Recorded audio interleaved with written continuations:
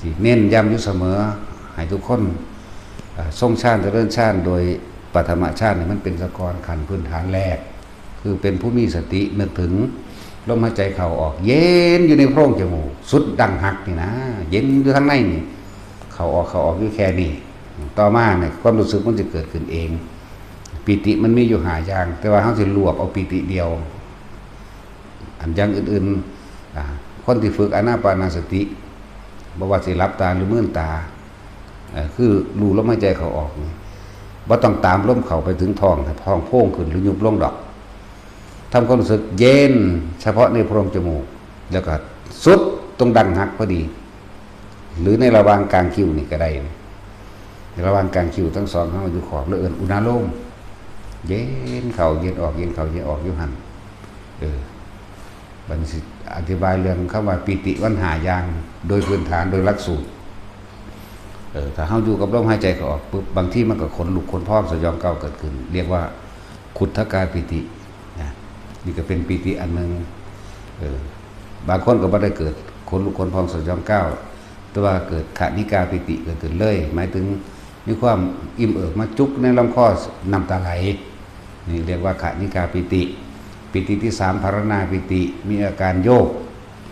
กซ้ายโยกขวาโยกหน้าโยกหลังเป็นดุจดังว่านั่งอยู่ในอ่างน้ำเหมือนคลื่นทะเลซัดแต่ไปเป็นคลื่นทะเลนิ่มๆเป็นปิติที่3ปิติที่4โอกันติกาปิติมีแสงสว่างเกิดขึ้นเป็นดุจดังว่าสายฟ้าแลบแต่ความจริงมันเฮาฝึกมานี่มันบ่เป็นแบบสายฟ้าแลบก็เป็นแล้วเป็นเหนือนั้นไปอีกเยอะกว่านั้นอีกปิติที่5เรียกว่าอุปงคาปิติเป็นดุจดังว่ากายลอยขึ้นบัดนี้เฮาสิตัดในหายางออกบัดนี้เฮาสิใส่แบบสมาธิลืมตาเหลือบตาดูปลายจมูกจะว่าเพ่งก็ไม่ใช่เพ่งแต่ว่ามันสิเห็นล่างๆแกว่าเฮาใส่วิธีแบบก้มนิดหน่อยเหลือบตาดูปลายจมูกแล้วหายใจเข้าตามธรรมดาเฮาบ่ทันได้จับลมได้เฮาก็ต้องใส่คำบริกรรมไปนำหายใจเข้าพุทคำบริกรรมนี่เป็นคำเพื่อ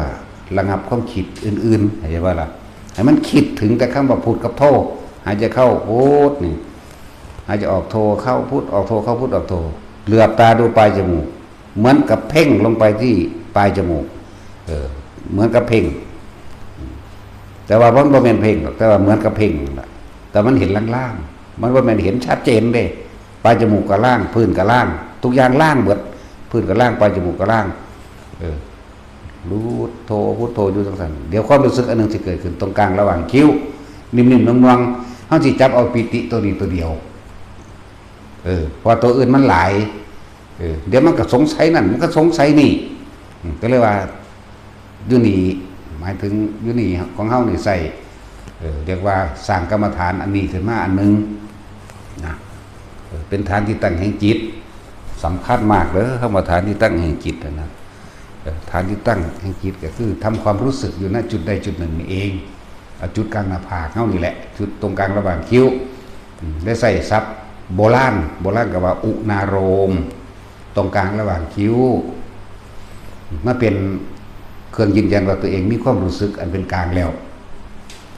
เป็นกลางนั่งอยู่กับเหตุจนเกิดความเคยชินมันน่วงอยู่ระหว่างกลางคิ้วกลางหน้าผากเฮาเองนั่งอยู่ท่าไรก็ได้เฮาบ่จำกัดท่าเฮาจำกัดสติเฮาควบคุมสติต่างหากเฮาบ่กำหนดเรื่องอื่นเฮากำหนดสติให้รู้สึกลมหายใจเข้าออกนี่กับน่วงๆตรงกลางคิ้วกลางหน้าผากนี่นั่งเหยียดซ้อยยันขาคัดสมาธิขวาทับก็แล้วแต่ขวาทับซ้ายก็แล้วแต่นั่งพับขาเดียวหรือนั่งท่าไรก็ได้ขอให้จนชินชำนาญในการนั่งดอกยืนทำบัดนี้เมื่อยืนเฮ็ดก็เป็นลมหายใจนี่ปิติน่วงๆอยู่กลางหน้าผากนี่บัดนี้เดินทำใจว่าล่ะเดินให้จับความรู้สึกลมหายใจกับนิ่มๆลงกลางหน้าผากเลยบ่ได้ให้ไปจับเท้าขาเด้บ่จับขาก้าวขวาพุทก้าวท้ายโซตะกี้เฮาก็ฝึกแบบนั้นอยู่แต่ว่าบัดนี้เฮามาจับเอาจุดนี้เลยที่เขาเจ้าฝึกไปก็บ่ผิดดอกคือความชำนาญลงไปของเราเข้าใจว่าล่ะบ่แม่นว่าที่ว่าอันนั้นผิดอันนี้ถูกบ่ว่าเข้าใจบ่ ต่างคนก็มีต่างจุดหมายเดียวกันเดินจนเกิดความเคยชินยืนเดินนั่งนอนเกิดความเคยชินแต่อย่าเพิ่งรัดขั้นตอนในชั้นที่สองพอในระหว่างมันเริ่มนานมันขึ้นไปชั้นที่สองบางทีเขายางงอกไปเนี่ยเดินงอกไปเนี่ยกูคือไม่ได้เดินจงกูคือไม่ได้กำหนดล่มอันน่วงหน้าผากคือเกิดขึ้นเลยนอนนี่มันจะขึ้นไปชั้นสองแล้วเดี๋ยวว่าละไปขั้นที่สองเดี๋ยวว่ามีเฉพาะปีติสุขเอกคตานี่เป็นขั้นที่สองอันตัวนี้สิบ่มีความคิดเดี๋ยวว่าละบ่มีความคิดสิมีแต่อาการปิติเกิดขึ้นนะท่านแรกมีความคิดเป็นบ่วิตกก็คือคิดถึงลมหายใจเข้าและออกสำหรับคนที่มีคำบริกรรมคิดถึงคำว่าพูดลมเข้าโทลมออกกันบ่นั่นแหละวิตกวิจารปิติสุขเอกคตาเรียกว่าชั้นที่หนึ่ง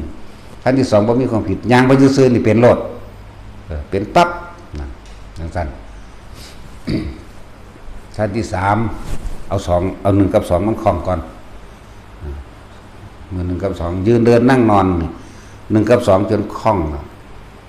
ตัวที่สามมันจะพัฒนาไปของมันเองสุขเอกคตาเนี่ยหมายถึงสงบจิตเบา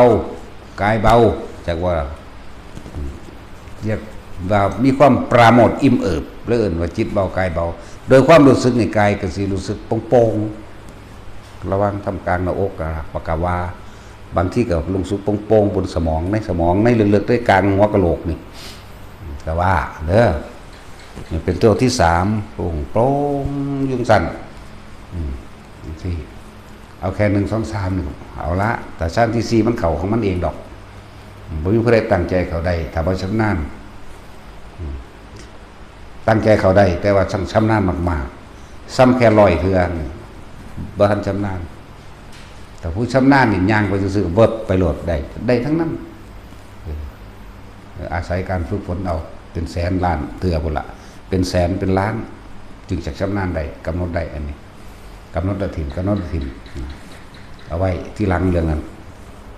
เอาแค่1 2 3เอาละให้หูจักความรู้สึกใน1 2 3ชั้นที่1ที่2ที่3แค่ชั้น1มันก็สามารถรู้ทำเห็นทำได้แล้วละเข้าใจบ่ล่ะพอง่ายๆเพราะเข้าใจว่าบรรลุได้คือการส่วนมากก็จะบรรลุอยู่ชั้นที่1นี่เด้อล่ะเข้าใจบ่ล่ะชั้นที่1มันมีวิตกวิตกหมายถึงคิดใครควรพิจารณาตามเป็นเรื่องเดียวเดี๋ยวว่าทรงกระแสตามธรรมคำสอนตามก็เป็นจริงกับชีวิตจริงของเจ้าของเองชีวิตจริงประสบการณ์จริงในชีวิตจริงของตนทรงกระแสตามหมายถึงคิดใครควรพิจารณาตาม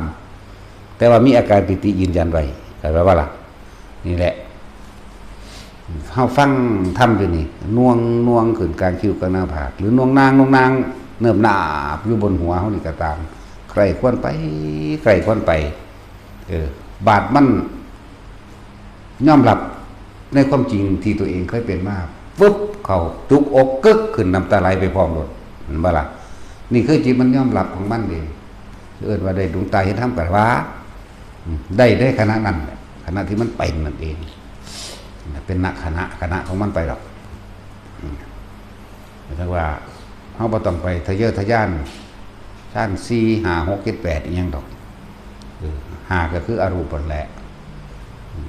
อากาสานัญจายตนะอากินจัญญายตนะนี่วิญญาณัญจายตนะหรือวาเนวสัญญานาสัญญาเอาไว้ซะก่อนพวกนั้นป่านมันสิเป็นทั้งเป็นของมันดอกว่าเน้น1 2 3นะตัวนั้นบ่จำเป็นต้องไปฝึกอีหยังมันบัดเป็น1 2 3 4 5 6 7 8มันเป็นเองดอกฮอดบ่จักซ้ำว่าเจ้าของเป็นแม่นบ่ล่ะจังซั่นแหละเป็นสะกอนจังหูจักซื้อที่หลังทางดีตัวอันนี้เป็นหูจักซื้อที่หลังเรากลุ่มให้เป็นมันว่าเป็นเด้เนาะนั่นแหละก็เอาแค่1 2 3มันชินซะคือคนฟังธรรมจริงแต่ว่ามีความรู้สึกอาการนิ่มน่วงนี่สอนพื้นฐานให้สำหรับหลายๆคนที่อยากมาฝึกหรือกำลังฝึกตนเองบ่มีโอกาสได้มาอยู่เมืองนอกก็มีอยู่ต่างจังหวัดก็มีฝึกตัวเองฟังไปนำใครควรไปนำเกิดความเคยชินให้เฮามีเครื่องอยู่สะก่อนบางที่เพิ่นก็เอิ้นว่าวิหารธรรม บางที่ก็เอื่นว่าเรื่องแห่งใจบางที่ก็เอื่นว่าฐานที่ตั้งแห่งจิตบางที่ก็เอื่นว่าสมาธิแปลว่าจิตตั้งมั่นถ้าตั้งมั่นตั้งตรงไหนมันว่าซ้ำเข้าไปอีกตั้งตรงนี้ความรู้สึกนี้ถ้าเข้าใจความรู้สึกตรงน่วงนึบตรงกลางคิ้วกลางหน้าผากได้แล้วบางที่มันขึ้นมาข้างบนกายเข้าใจว่าอ๋อตั้งมั่นในกายที่แรกเอาจุดเดียวซะก่อนมันจะพึ่งหลายจุดมันงงถ้าเริ่มจุดระหว่างคิ้วระหว่างหน้าผากได้แล้วชิ้นเดียวบัดนี้มันจะเลื่อนขึ้นมานุบหน้าบนหัวก็เอามือเศร้านะบางคนก็เป็นรุดดังว่าคือลมหัวกุดหน่อยหมุนอยู่ในระหว่างหัวกับของเองนั่นนั่นแหละคำว่าจิตตั้งมั่นตั้งตรงไหนก็ตั้งตรงเอาไว้ที่กายนั่นแหละที่แรกก็เห็นจุดเดียวซะก่อนเนี่ยบัดมันเลื่อนขึ้นมาตรงกลางหัวก็จังเข้าใจแล้วอ๋อแม้บางที่มันไปน่วงหรือจักว่าตรงทำกลางอกกว้างๆบ่แม่นจุดเดียวหน่อยๆบ่แม่นแบบหน้าผากเข้าใจบ่แม่นแบบหัวสมิแต่ว่ามันเป็นเบิดเวิงนี่เบิดเวิงทำกลางอกเขานี่อิ่มนั่นแหละเป็นปิติเป็นปราโมทย์เป็นปราโมทย์ปิติปราโมทย์จักสิใส่ทรัพย์ได้แล้วเพิ่นนั่งว่าจิตเบากายเบาเนาะอิ่มว่างๆเวิ้งก็ว่าไปโซโลเซเลก็ว่าไปนั่นแหละฝึกให้มันชินชำนาญซะก่อนในหนึ่งแต่หนึ่งแล้วตัวสองเป็นเองตัวสามเป็นเองตัวสี่เป็นเองหา6 7 8เป็นเองคอยทุกคนเรียกว่ามั่นคงไม่ชั้นที่หนึ่งยืนเดินนั่นนอนนี่นึกเมื่อไหร่ได้เมื่อนั้นนี่ไหมทำเมื่อไหร่ได้เมื่อนั้นนี่ไหมจังมันจะปืนไปสอนจะพึ่งหลักงับมาซะก่อนจนว่าเอ้าหนึ่งมันมาแล้วไว้กูสองก็คือสองไปเลยโดดหน้าบัดนี้แหละจึงว่าฝึกนั่งท่าใดก็ได้ไม่ได้จำกัดนอนอยู่อูก็เห็นได้เข้าใจว่าล่ะนอนอยู่ท่าใดก็ได้คือกันนี่เดินนั่งนอนครบแล้วบัดนี้หัดยางเฮ็ดบัดนี้คนที่ทำสมาธิแบบเดินรู้สึกว่ามันสิตั้งมั่นกว่านะรู้สึกว่ามันตั้งมั่นมันยากแต่ว่าเวลามันอยู่แล้วมันสิมั่นคงกว่ามันนะว่าเขาจะไปกังวลกับเท้าขวาเท้าซ้ายกว่าบางคนก็ฝึกแบบพุทโธเป็นบ่ล่ะแต่เขาฝึกเป็นแล้วเขาจับในความรู้สึกในกายเลยเอาหลักสติปัฏฐานสิเอาอานาปานสติในสติปัฏฐานสิโดยบ่ได้คำนึงคำนวณถึงท่านะแบบเป็นเดินว่านี่เดินถึงจะเฮ็ดยากแต่ว่าถ้าเป็นแล้วรู้สึกว่ามันสิอยู่ตัวกว่ากันรถแท็กซี่ขับรถปั๊บเป็นปั๊บเลยวะย่างออกไปจากนี่ปั๊บกลมปั๊บเป็นปั๊บรถนั่นบ่นั่นเลยเอื่นว่ามันคล่องถ้าตัวนี้หายเด้คิดไปแล้วนั่นบ่นั่นแหละหมายถึงคิดออกจากกายถ้าคิดอยู่ในกายหรือคิดอยู่จ่อหรือคิดในขณะที่เขาคุยกันก็เป็นคือเก่าเทศอยู่ตอนนี้ให้มันเป็นก็เป็นได้เทศจับอุณาโลมก็ได้เทศจับน่วงนางบนหัวก็ได้เทศจับอยู่นี่ก็ได้พอความคิดเขาบ่ได้ออกไปทางอื่นจังว่าล่ะมันอยู่ตรงเฉพาะหน้ามันอยู่ตรงเฉพาะหน้าคือนี่เน้นย้ำเฉพาะเรื่องเดียวใจว่าล่ะทั้งสิ้น